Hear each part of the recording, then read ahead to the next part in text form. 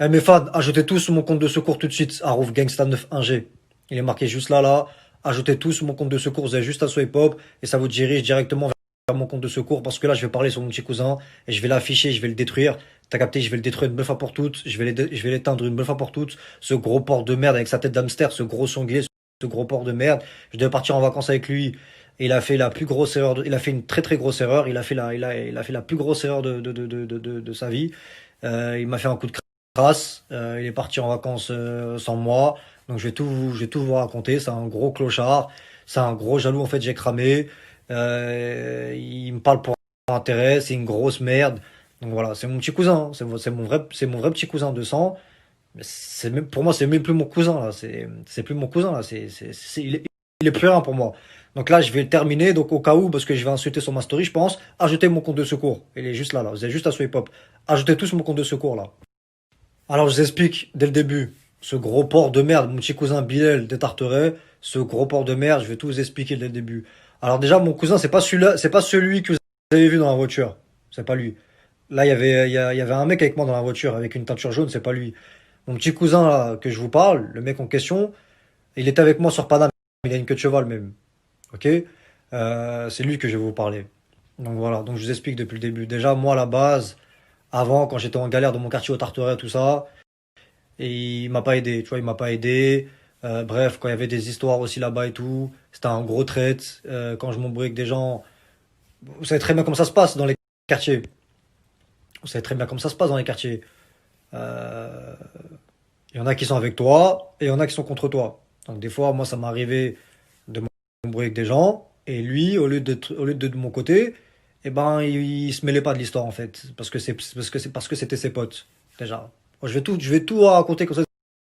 Donc voilà, donc on est d'accord on est d'accord que dans les quartiers, il y a des potes à toi, il y en a avec qui tu t'entends, il y en a avec qui tu t'entends pas. Moi, dans mon quartier au Tarteret, j'avais mes potes, il y en a avec qui je m'entendais, et il y avait des petits avec qui je m'entendais pas. T'as capté? Donc lui, ces petits-là, c'était ses potes. Donc normalement, c'est mon cousin, normalement, il est de mon côté. Parce que moi, ce petit gros porc de merde, mon petit cousin là, quand il était petit, ce gros porc, je le ramenais chez moi, manger les bonbons, PlayStation et tout, il était content là. Quand il galérait chez lui, moi, je le ramenais chez moi, moi. Ok, quand j'étais au Tarteret, moi je le ramenais chez moi. Quand il était tout petit, quand il avait ses crottes de nez encore, quand je jouais à la Game Boy, à la Nintendo, moi je le ramenais chez moi. Vous allez comprendre, mes fans. Si je vous raconte tout ça, c'est pour que vous compreniez que les gens, ils sont ingrats, ils ont pas de reconnaissance, et même des gens de ta propre famille, il n'y a pas de confiance. Vous allez comprendre pourquoi maintenant, moi j'ai percé tout seul, je fais mes trucs tout seul, et vous allez comprendre c'est qui les vrais et les faux. Bref. Donc avant, déjà, pour commencer, avec lui, déjà, quand je m'embrouillais avec ses potes, il faisait rien. C'était une grosse tapette, une grosse pédale. Quand je m'embrouillais avec ses potes et tout, il faisait rien. Bref, ça fait des années, maintenant c'est fini. Avec ses potes, il n'y a rien, c'est terminé, c'est fini. Ok, ça c'est des histoires d'avant, c'est fini. Là, j'ai 28 ans, ça fait il y a 4 ans ça. Bref. Donc maintenant, moi, j'ai pris mon envol. J'ai eu mon studio, j'ai mon appartement. Maintenant, comme vous savez tous, maintenant, moi j'ai percé, j'ai réussi, j'ai atteint mes objectifs. Comme vous savez tous, maintenant, moi j'ai percé, j'ai réussi, j'ai atteint mes objectifs, j'ai percé, tout ça. Je suis parti des Tarterets, j'ai percé, j'ai fait mes trucs. Et lui, au début, je voyais, il me lançait des phrases de jaloux. Il était là, il me parlait pour intérêt, je voyais, il me parlait à contre-cœur. Ça se voit, en fait, c'est un gros jaloux, j'ai cramé, vous allez comprendre. Et il me parlait tout au début, quand j'ai commencé sur Snap, déjà, il me parlait, il avait le seum, il lançait des phrases. Et moi, vous me connaissez, je suis trop malin, je suis trop intelligent, j'analyse tout. Et j'ai vu, c'était un gros jaloux, il me parlait de je sais pas qui, il me parlait de mes ennemis, parce que moi, je m'embrouillais avec des mecs là sur Internet, ces gros bolos, et ben lui, il me parlait d'eux, je sais pas, il était chelou, j'ai cramé, il était bizarre. Et maintenant, là, j'ai bien percé, maintenant, il a bien vu. Maintenant, là, il a bien vu que j'ai percé, tout ça et tout, nanana. En fait, je vous expliquais, lui, c'est un gros lèche-cul de PNL. Il lèche le cul à PNL, mon petit cousin. C'est un gros lèche-cul de PNL de ouf. J'ai percé aussi et tout. Il lèche le cul à moi maintenant aussi. Il a vu que j'ai vraiment percé maintenant. Il a vu que c'était, il a vu là, c'était un truc de ouf. Il a vu que c'était une dinguerie. Il a vu que maintenant j'ai percé, t'as les fous, tout ça. T'as capté? Et maintenant, il est en train de me lécher le cul. Il est en train de me lécher le cul. Et nanana. Mais en fait, il me parle à contre-cœur. Il me parle juste pour intérêt. Parce qu'il voit qu'il y a de l'argent, il y a du bif et tout. Et voilà. Et il y a des moments où des fois j'étais en galère. Et je sais pas, il m'aidait pas. Il m'aidait pas et tout. Lui, il est là juste dans les moments.